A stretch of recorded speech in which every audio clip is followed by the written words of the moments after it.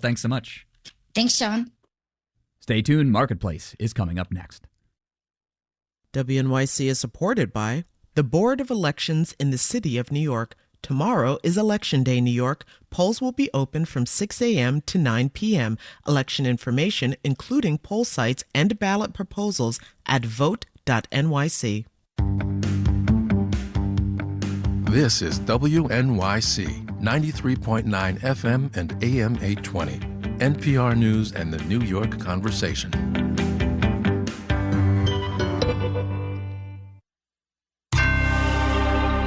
Marketplace is supported by Progressive Insurance. Customers can simplify their insurance needs and protect what's important by bundling home and auto. Learn more about bundling at Progressive.com. Well, let's see. More private sector data, some rare earth elements, and pumpkins. From American Public Media, this is Marketplace.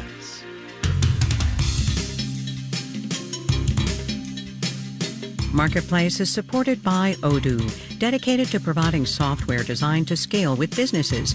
Odoo's programs for manufacturing, accounting, and more aim to provide building blocks for creating a custom software suite. Odoo, what businesses need. And by JLL, a commercial real estate firm using data and AI to transform how clients find, manage, and invest in properties around the world. JLL.com. JLL, see a brighter way. And by Solidigm. Today's AI ambitions require a different approach to storage. Solidigm offers solid-state storage solutions optimized for AI with higher capacities, greater speed, and energy efficiency. StorageForAI.com.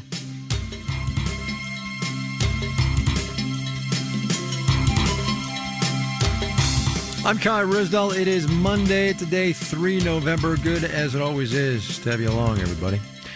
I'm just going to say, and I am for sure not alone, that while it's one thing to have to figure out what's up with this economy without federal data, we've all gotten used to our private data favors after all, it is entirely another thing when those private data points point in opposite directions. The indicators of choice for us today are both what are called purchasing managers' indexes. They track manufacturing, new orders, and factory production levels, prices for materials and for finished goods. They're usually pretty good leading indicators telling us where the economy and its factories are headed. But the PMI from the Institute for Supply Management shows an 8th straight month of mild contraction, while the S&P Global PMI shows a 3rd consecutive month of mild improvement. We asked Marketplace's Mitchell Hartman to spend his day trying to make sense of it all. Manufacturing is up. Manufacturing is down, and there's no government data to help settle the question. Looking at it all together, Ned Hill at the Ohio Manufacturing Institute sums it up. You know, if you could see me, I'd be shrugging my shoulders going, nothing's really growing. There's lots of uncertainty. This tariff thing keeps on shifting. For industrial analyst Jonathan Secreta at CFRA Research, when two reports that survey corporate purchasing managers come up with opposite conclusions, he goes and finds other economic sources. Regional Fed banks have been reporting modest improvement in manufacturing. Plus, in corporate earnings reports, the third quarter for a lot of industrial manufacturers, Caterpillar, Deere & Co., some modest growth there in orders. All that argues the more positive report from S&P Global hits closer to the mark. Except S&P Global's own economist, Chris Williamson, says his survey isn't very positive looking into the future. Companies have grown increasingly gloomy about the outlook. He says companies ramped up production to try and get ahead of rising tariff costs on raw materials and components. Now, inventory's piling up in their warehouses. Overall, says Thomas Ryan at Capital Economics, the U.S. manufacturing sector has survived tariffs.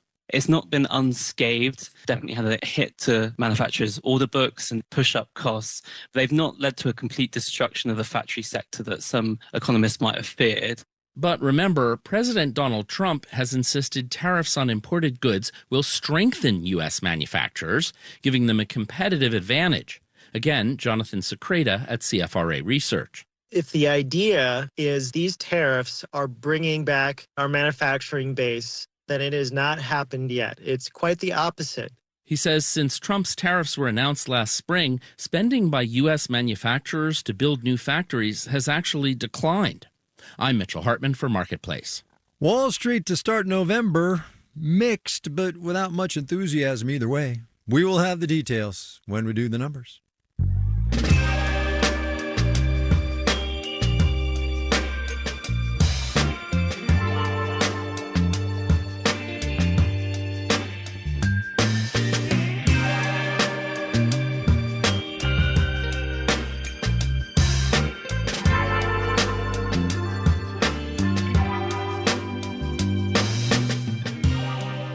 $42 million people getting partial payment of their federal food benefits while the government is shut down.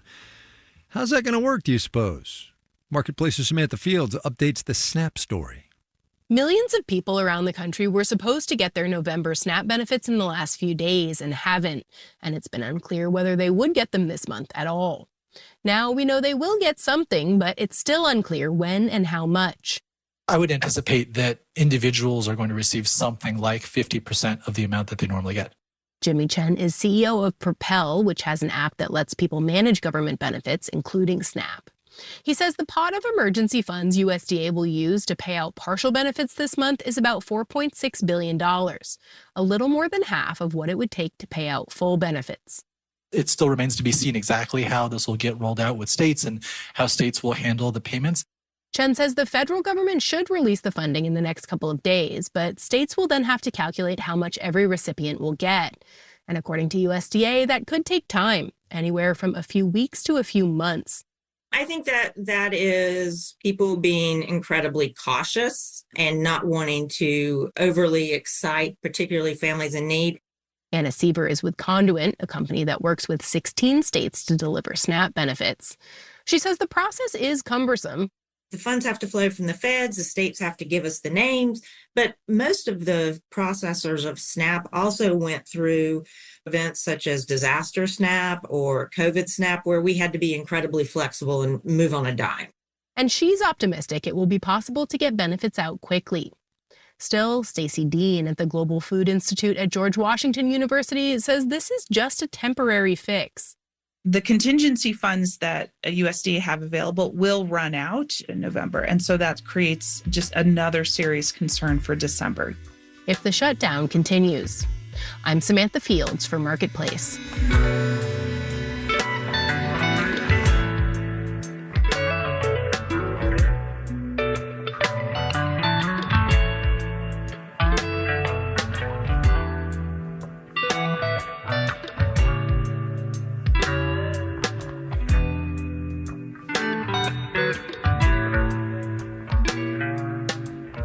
Rare earth elements, so much in the news of late, are not, in fact, all that rare. They're just not found in easy-to-extract concentrations, so actually getting them is hard and it's expensive. China has an all but stranglehold on rare earths, a market power it had chosen to exercise in response to President Trump's tariffs until the two sides put the trade war on pause last week. But truth notwithstanding, the United States is still in a global competition for these elements that find their way into everything from MRIs to intercontinental missiles. Marketplace's Sabri Benishore looked at how that competition's going. Back in April, China started to restrict how 7 rare earth elements and magnets made from them were exported. Manufacturers freaked out. Ford had to stop manufacturing its Explorer model in Chicago. Suzuki had to stop manufacturing the Swift model. Gracelyn Bascarin is director of critical mineral security at the Center for Strategic and International Studies.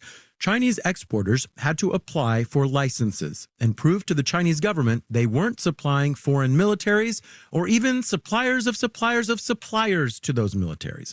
The application backlog snarled the global supply chain for months. And then, in October, the restrictions were expanded to include more exotic rare earths. It would have crippled access to rare earths and permanent magnets for our defense sector. Yttrium is used to coat jet engine parts so they don't melt. Dysprosium and terbium are in the magnets that guide hypersonic missiles. This year made us realize how vulnerable we are, not just for our national security, but also for the sustainability of key industries. The one-year pause on some but not all of China's restrictions is giving the U.S. a little more time to build its own rare earth supply chain. China has made that difficult too. They've had the monopoly in this space for a really long time. Neha Mukherjee is research manager for rare earths at Benchmark Mineral Intelligence. China controls more than 90% of the refining of rare earths. Mukherjee says it has used its monopoly power, low-cost production, and subsidies to hold down prices. Any new producer that is trying to come online is not being able to make any money. The U.S. government has gone to extraordinary lengths to get around this. We are restoring the full supply chain end to end. Matt Slosher is Chief Communications Officer for MP Materials, which owns the Mountain Pass mine in California, about an hour south of Vegas. It is the second biggest rare earths mine in the world, and 2 years ago it started refining rare earths too. In July, the Pentagon announced it was becoming the largest shareholder, investing $400 million. It also guaranteed a minimum price for certain refined rare earths. That enables us to earn a fair return and enables us to continue to have reinvestment economics. As China has bent market forces, the U.S. is learning to do the same. The Pentagon promised that if MP Materials built an additional large rare earth magnet factory, it would buy 100% of the magnets that came out of it for 10 years. That factory is now being built in Texas. We're going to be scaling up to 10,000 tons of production, which is more than we import. That is on top of the rare earth magnets being produced by another U.S. company, Noveon. The U.S. is well on track to being self-sufficient for magnet production by 2030. Ryan Castillo is managing director at Adamas Intelligence. The major bottleneck today that the industry is facing is with respect to the so-called heavy rare earth elements. These are the more exotic ones that are harder to find and harder to refine. They go into laser crystals and supermagnets that can still work while hot. Mountain Pass mines them. So does uranium mining company Energy Fuels, which has also started to refine heavy rare earths in a pilot project this year. Still, a full rare earth supply chain that meets all of the U.S.'s needs with no missing links may be decades away, says Benchmark Minerals' Neha Mukherjee. The capacity that is coming online is not enough. There needs to be more investment.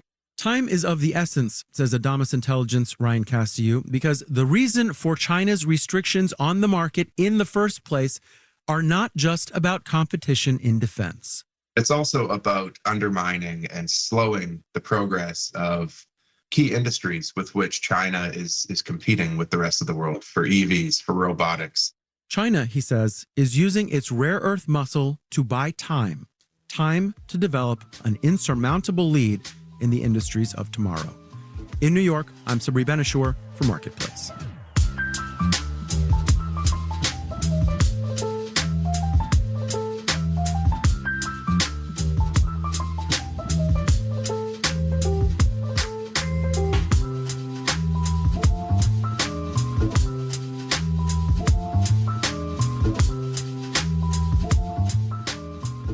If you could buy your childhood home to live in again, would you?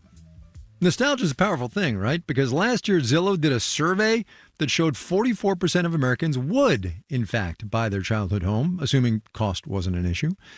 But what if we replace childhood home in that survey with previous home? Here's today's installment of our series, Adventures in Housing. My name is Meg Tipton, and I live in Alexander, North Carolina for the second time. 4 years ago, I sold my ramshackle dream house and was able to buy it back all fixed up and shiny and beautiful. When I first saw it, I immediately fell in love with the place. It just felt enchanted to me.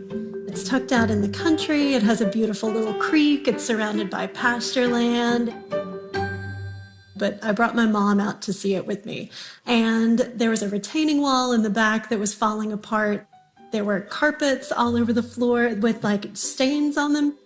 The roof had a rock holding down a part of it that I called Rocky the Roof Patch.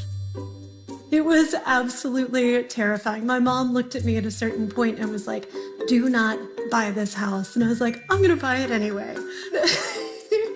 I thought I'd be able to fix it up over time, but being a single mom and a community college professor, I did not have the funds to do it.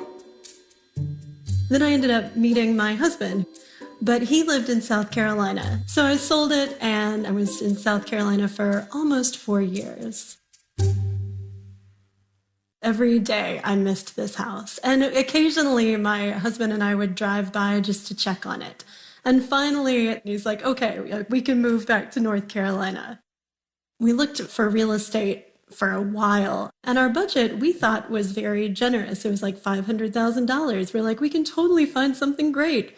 But we wanted a little bit like an acre of land. We wanted to be kind of removed from neighbors, and we couldn't find anything in our price range. And that's when I was sitting around looking at Zillow, a little bit defeated, and saw a familiar address, and I sat bolt upright in my chair. I was like, oh my gosh, that's my house. We came out and saw it the next day, and my realtor said that it was less like a normal house showing and more like an HGTV reveal, where it's like, check out what we've done with your fixer-upper. She opened the door and we were like, oh my gosh, it's beautiful. New roof, new retaining wall, new deck, like everything in it is completely gorgeous and completely not the way that I would have done it, but so much better. Everybody thought that it was the craziest thing they'd ever heard. And the seller's agent came to get the lockbox off. And I started to explain the story. And he's like, I know the story. Everybody knows the story. There's never been a story like this. Even if it hadn't been perfect, I would have been okay because it's my house and I would have been glad to have it back. We plan to stay here forever. Pretty good story, right? Meg Tipton back in Alexander, North Carolina. Whether you are thinking of your last home or your next one, tell us about it, would you? We'll get it on the radio. Marketplace.org/adventures in housing.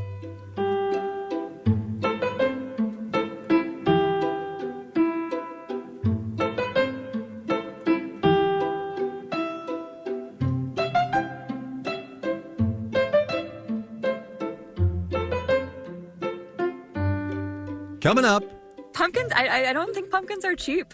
How much is too much to make your house look good? First, though, let's do the numbers. Dow Industrial's off 226 points today, about 0.5%, 47,336. The Nasdaq rose 109 points, 0.5%, 22,834. The S&P 500 added 11 points, close to 0.2%, 6851 there. Mitchell was telling us about the state of manufacturing in this economy. So checking on a few big thing makers on Wall Street today. Apple down about 0.5%. Ford, which reported a big drop in EV sales, dipped 0.9% today. Caterpillar, maker of really big things, lost 1.1%. Rare earth firms had a not so good day on Wall Street. MP Materials slipped more than 8%. Energy Fuels slid more than 13%. NioCorp fell away more than 11% today. In corporate news, the maker of Tylenol and Nicorette jumped after agreeing to be absorbed by the maker of Huggies and Kleenex for more than $48 billion. That's Kenvue. Rose 12%. Kimberly-Clark of Scott & Cottonelle bathroom tissue fame fell 14.5%. We do everything here on this program. You're listening to Marketplace. Marketplace is supported by Ninja One, helping organizations manage, protect, and support every device and every user, all from one platform that automates IT and strengthens security. More at ninjaone.com.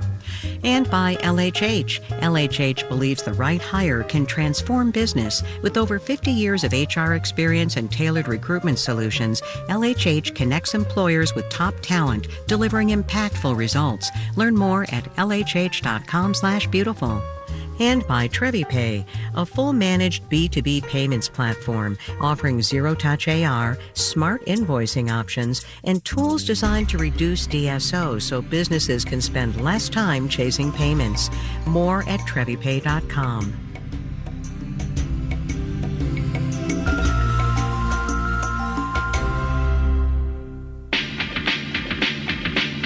Public benches are a staple of city life, but in recent years they have been changing, either morphing into leaning benches or disappearing altogether. Moynihan Station, I'm talking to you. On the next All of It, we'll talk about why and the trend towards so-called hostile architecture. Plus, we want to know your favorite bench. I'm Allison Stewart. Join us for all of it weekdays at noon on WNYC. WNYC support comes from Moderna. Moderna's mNEXSpike COVID-19 vaccine, mRNA, is now available. More information about mNEXSpike is available from local pharmacists and medical providers. You're listening to Marketplace on WNYC. In the 7 o'clock hour of All Things Considered, the Trump administration says people will get their SNAP benefits for November, but only half the normal amount, and it could be a while before they get that money. We're going to hear all that and more at 7. Stay with us.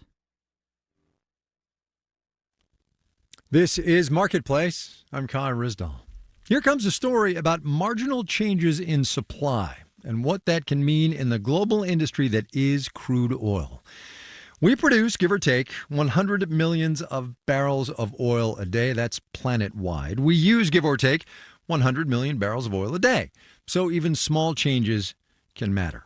OPEC Plus, that's the cartel and its allies, announced over the weekend it's going to pump more oil in December, 137,000 more barrels per day for the third straight month. So more supply, never mind that crude has been falling this year. Daniel Ackerman explains why. The story starts a few years ago, says Jorge Leon of Rystad Energy, when OPEC began a different push, one to limit pumping. OPEC has, since October 2022, been cutting production to support prices until December 2024. Leon says those cuts did prop up oil prices, but they had a side effect for OPEC. Gradually, but steadily giving up market share. Elevated prices prompted non-OPEC countries to muscle in. The US, Brazil, Argentina, Guyana, Norway, and Canada raised output to the point that this year OPEC finally decided they don't like giving away market share to other players. So, Mark Finlay of Rice University says OPEC is now reversing course and trying to undercut those other players. That's why the cartel is boosting production amid an oil glut.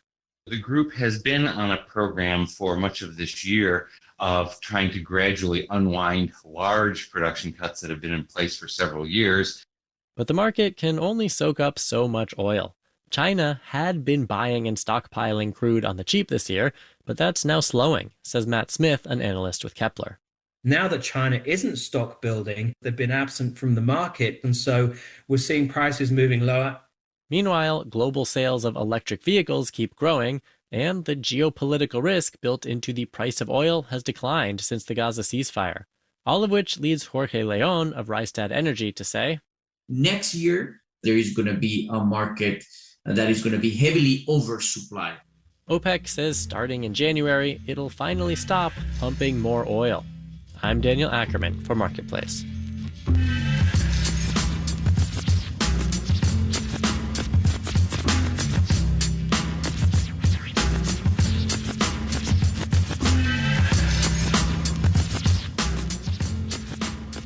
Where are you on pumpkins?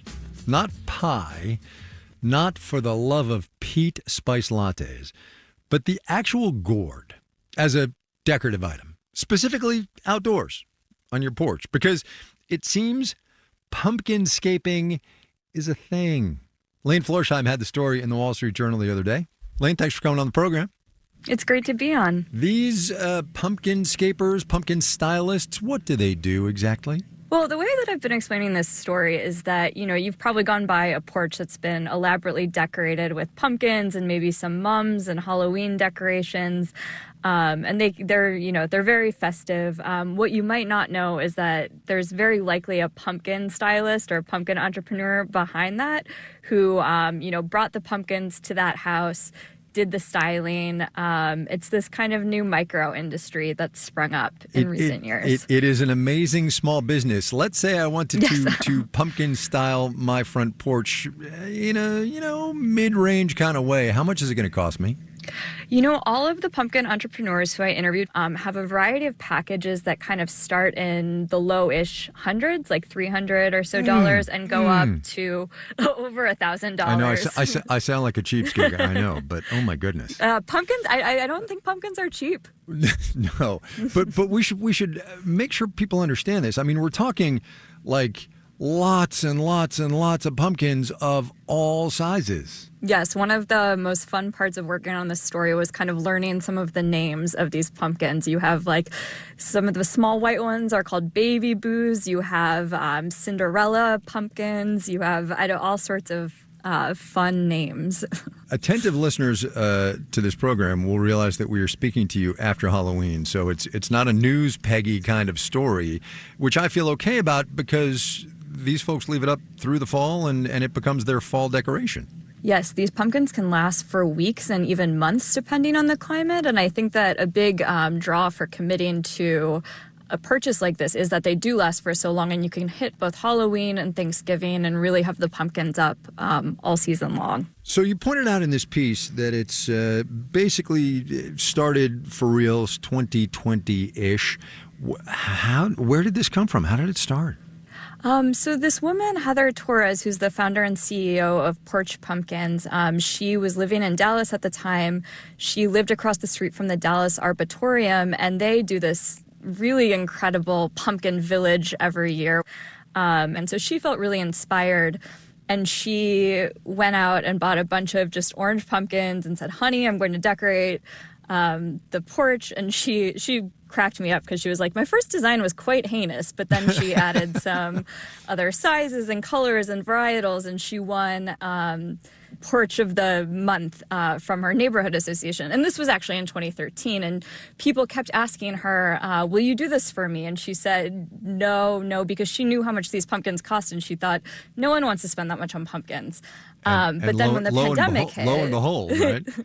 Lo and behold, now she decorates 1,300 houses a season and sells out every year and is very in demand just kind of across the state of Texas in different areas. You know, it's interesting because I could pile a bunch of pumpkins on my porch and it would look, as this woman said, heinous. So there's some artistic skill involved here. There's a design element. Definitely. A couple of the people who I interviewed for the article are also their day job is being real estate agents. And they said that doing things like staging and marketing helped them really have an eye for this. A little curb appeal, right? A little curb appeal. Yeah. Do you have a porch and have you pumpkinscaped it? I live in an apartment in Brooklyn, and so I share a porch with a lot of people, and I cannot say that I pumpkinscaped it. You should try it. Just take up a collection plate for all the people in your building and see what they have to say. It's something to aspire to, for sure. Maybe next year. Lane Florsheim at the Wall Street Journal. Lane, thanks a lot. I appreciate it. Thank you.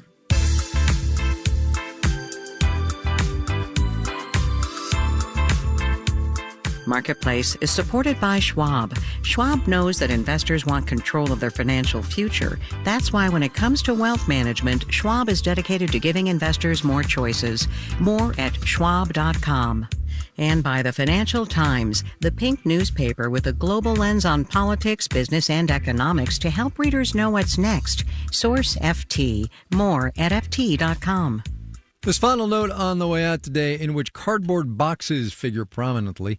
Saw this on Bloomberg, data from the Fiber Box Association that shows shipments of corrugated boxes, that is, shipments of the boxes that retailers use to ship stuff to us, had their lowest third quarter reading since 2015. You roll that in with consumer sentiment and tariffs, could be a challenging holiday shopping season, is what I'm saying. Amir Babawi, Caitlin Esch, John Gordon, Noya Carr, Amanda Peacher, and Stephanie Seek are the Marketplace editing staff. Kelly Silvera is the news director. And one more thing on the way out. We usually do our engineer credits on Wednesdays around here, but we do have some goodbyes to say on this Monday. Jake Cherry, Justin Dueller, and Juan Carlos Tirado have done virtually every production job we have in this shop, both out in the field and here in the studio.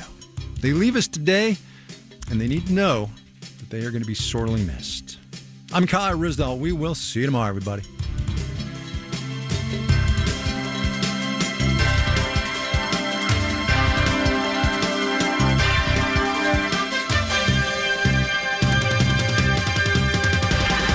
This is APM.